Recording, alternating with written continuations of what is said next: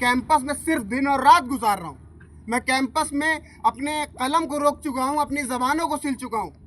मुझे कैंपस में सिर्फ मसलहत आती है, सिर्फ डिप्लोमेट बनना आता है, सिर्फ एक नॉस्टैल्जिया याद करना आता है। उसके अलावा मैं अपने समाज को कुछ कंट्रीब्यूट नहीं कर रहा। सोचना चाहिए कि इससे बड़ी जलालत मौलाना आज़ाद नेशनल उर्दू यूनिवर्सिटी हैदराबाद में पढ़ने वाले लोगों के लिए, इसकी ब्रांचेस में पढ़ने वाले लोगों के लिए नहीं होगी कि उर्दू ज़बान कठमुल्लापन की तरफ ले जाने वाली ज़बान है। उर्दू ज़बान मौलवी पैदा करने वाली ज़बान है।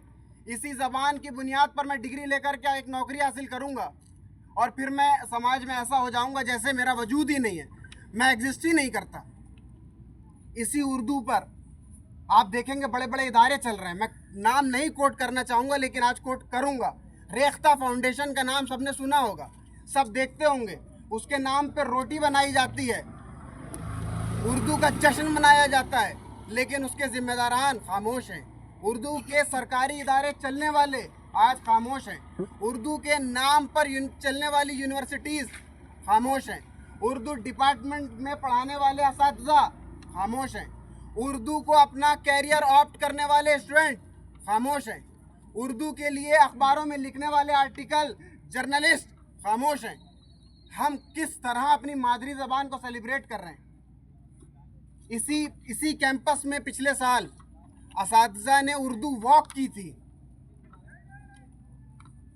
अभी कुछ दिन पहले आप सोचिए कि अब हम अपने कैंपस में उर्दू वॉक नहीं कर रहे। ये कॉल मानूटा की तरफ से आनी चाहिए थी, ये कॉल मेवा की तरफ से आनी चाहिए थी, ये कॉल यहाँ पर जो तंजीमें मौजूद थी उनकी तरफ से आनी चाहिए थी। मैं कैंपस में नहीं था, मैं यही सोचता रहा कि उर्दू पर अगर कोई नहीं बोल रहा है तो ये तो इससे हम बुरी दिनों के लिए तैयार हो जाएंगे। कोई कॉल नहीं दे रहा है और कॉल देने पर थ्रेट्स हैं, धमकियां हैं, FIR की धमकी है, कोर्स से निकालने की धमकी है। किस बात के लिए?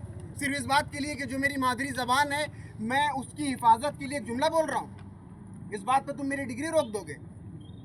इस तरह का कैंपस में माहौल बनाया जा रहा है। एक तरफ से पैटर्न समझिए आप लोग, मेघालय के महबूब साहब को गिरफ्तार किया गया, फिर आप आगे चल करके आइए कि जो बड़े बड़े मुस्लिम इदारे थे उनके डायरेक्टर्स को, उनके फाउंडर्स को एक पैटर्न के तहत गिरफ्तार किया जा रहा है।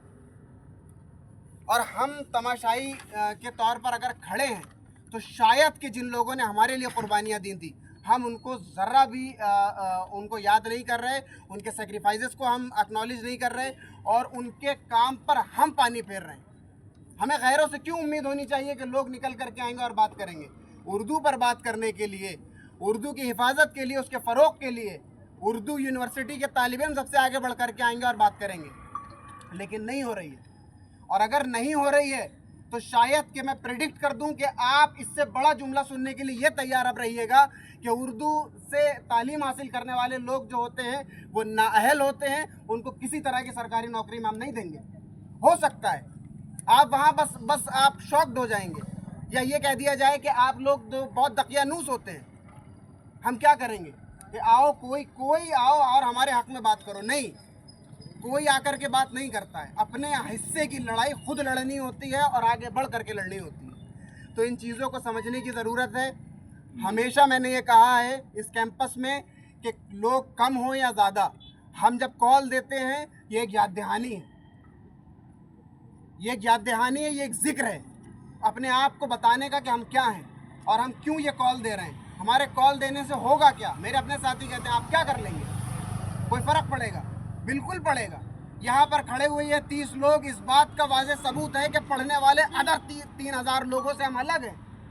हम तुम्हारी तरीके से अपने कमरों में बैठ करके रील्स में और वीडियोस में और शॉर्ट्स में अपना कैरियर नहीं बना रहे। हम तुमसे अलग हैं और हम तुमसे अलग सोच रखते हैं। इसी वजह से हमारे और तुम्हारे जो जोन है वो अलग हो चुके हैं। तो कभी भी अपनी ताकत को कम मत समझिएगा।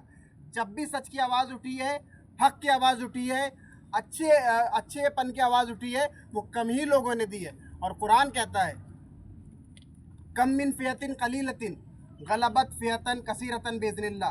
चंद ही लोग होंगे जो अल्लाह के हुक्म से गालिब आएंगे, जो बात बोलेंगे और सुनी जाएगी और समझी जाएगी। अगर हम ये बोलना छोड़ दें कि जब तक एक मॉब नहीं आएगा, जब तक पूरे लोग नहीं आएंगे, मैं वहाँ खड़ा हुआ बहुत शर्मिंदा लगूंगा कि मैं क्यों खड़ा हूँ वहाँ पर, मैं अपने दोस्तों क्या मुंह दिखाऊंगा। ये सारी मेंटालिटी से दूर हट करके आप अपने ज़मीर की अदालत में जब खड़े होंगे तो ये कह सकते हैं कि मुझसे जितना कंट्रीब्यूट हो सकता था खड़े होकर के, बैठ करके, साथ दे करके, मैंने उतना किया। और शायद कि ये मेरी ज़बान से मोहब्बत और मेरी मादरी ज़बान से मोहब्बत का एक